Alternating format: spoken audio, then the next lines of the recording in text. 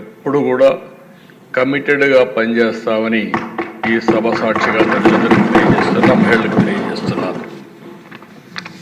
అందుకని ఆ దిశ ఒకసారి చూసినప్పుడు ఏ కార్యక్రమం ప్రవేశపెట్టినా అది ఒక సంక్షేమం కావచ్చు, ఒక అభివృద్ధి కావచ్చు, లేకపోతే ఒక ఎంపవర్మెంట్ కావచ్చు, ఏది చేసినా అందులో ప్రత్యేకంగా మహిళలను దృష్టిలో పెట్టుకొని చేశాం. మహిళల్ని సాధికారం చేయడంలో ముందుకు పోయాం. అందుకే నేను మళ్ళీ ఒకసారి తెలియజేస్తున్నా, తెలుగుదేశం పార్టీది తెలుగింటి ఆడపడుచులది అన్నా చెల్లుళ్ళ అనుబంధం. ఇది 40 సంవత్సరాలుగా ఉంది. ఇది శాశ్వతంగా ఉంటుందని చెప్పడానికి గర్వపడుతున్నానని చెప్పి కూడా నేను మీకు తెలియజేస్తున్నాను. దశ మాటల్లో చెప్పడం కాదు, చేష్టల్లో చేసి చూపించాల్సిన అవసరం ఉంది. తెలుగుదేశం పార్టీ సిద్ధాంతం జెండర్ ఈక్విటీ ద్వారా, ఆడవారికి సమాన హక్కులు కల్పించడం ద్వారా వారిని ఆర్థికంగా, రాజకీయంగా, సామాజికంగా పైకి తేవాల్సిన బాధ్యత మనందరిపైన ఉంది. ఇప్పటికి కూడా మనం వివక్ష చూపిస్తూనే ఉన్నాం. ఎవరైనా మహిళలను చూస్తే మనకందరికి కూడా ఒక చిన్న చూపు, మీకేం తెలీదు, మీరుండండి అనే విధంగా మాట్లాడుతున్నాం. రెండో విషయం మీరు చూస్తే అధ్యక్ష, చిన్నప్పుడు తల్లిదండ్రులపైన ఆధారపడతారు, పెద్ద అయిన తర్వాత భర్తలపైన ఆధారపడతారు, మళ్ళీ ముసలి వాళ్ళైతే పిల్లలపైన ఆధారపడతారు. కానీ ఎప్పుడు కూడా వివక్ష చూపిస్తూనే ఉంటారు. అందుకే ఈరోజు గర్వంగా చెప్పగలుగుతున్నా, మహిళా సాధికారిత ప్రారంభమైంది తెలుగుదేశం పార్టీతోనే ప్రారంభమైందని చెప్పి కూడా గర్వంగా చెప్పగలుగుతున్నా. 86లో అధ్యక్ష మహిళలకు ఆస్తిలో సమాన హక్కు ఇచ్చాడు ఎన్టీ రామారావు గారు. అంతవరకు వారసత్వంగా మనం ఒక్కసారి చూస్తే ఆస్తిలో సమాన హక్కు లేదు. ఆడపిల్లలుంటే పెళ్లిళ్ళు చేసి పంపించేస్తున్నాం, ఆస్తిలో హక్కు లేని పరిస్థితి తీసుకొస్తున్నాం, సెక్యూరిటీ ఇవ్వలేని పరిస్థితికి వచ్చాం. అది తీసుకొచ్చిన తర్వాత అధ్యక్ష డిమాండ్ చేసే పరిస్థితికి వచ్చారు ఆడబిడ్డలు. I'm proud to say that.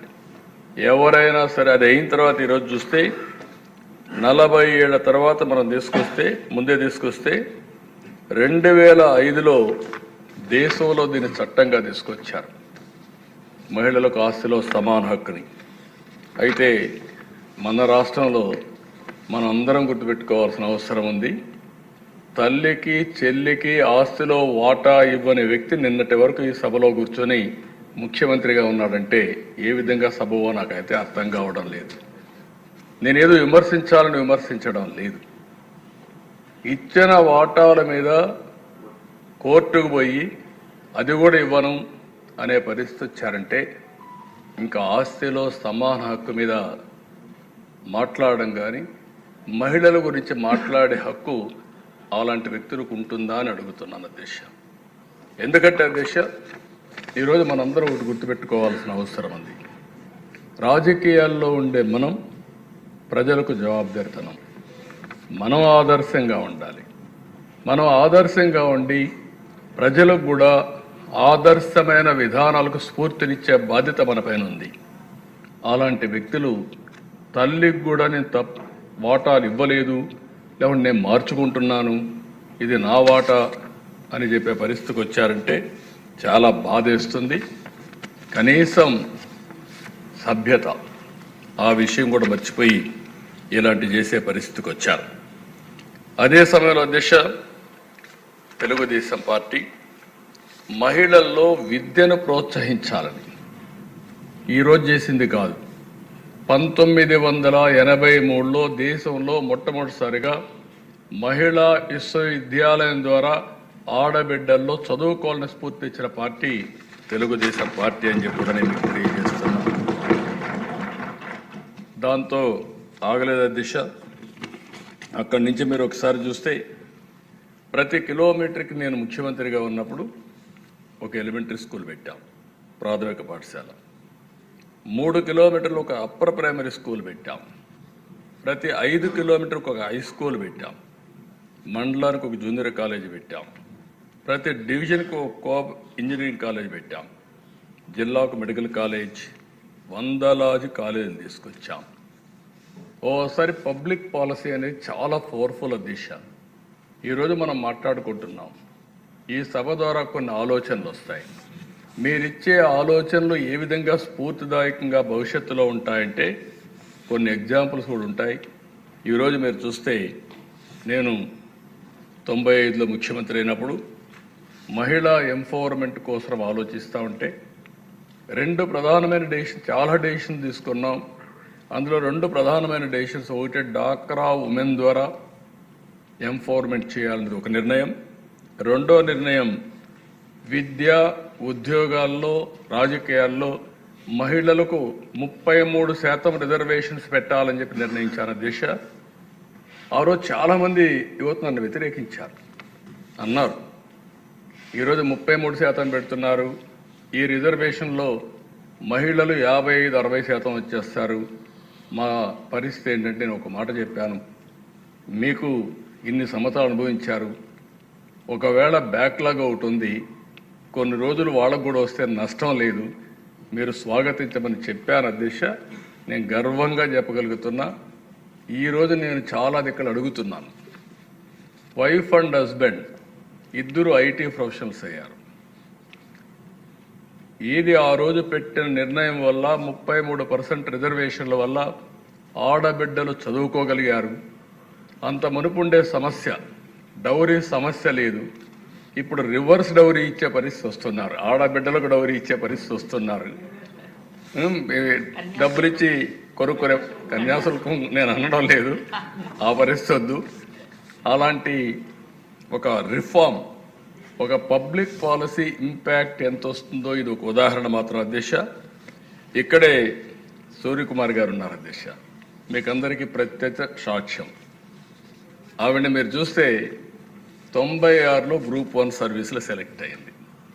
నేను 95లో రిజర్వేషన్లు తెచ్చాను, మహిళలకు 33%. అందులో సెలెక్ట్ అయ్యి ఇప్పుడు ఉమెన్ అండ్ చైల్డ్ వెల్ఫేర్ సెక్రటరీగా పనిచేసే పరిస్థితి వచ్చిందంటే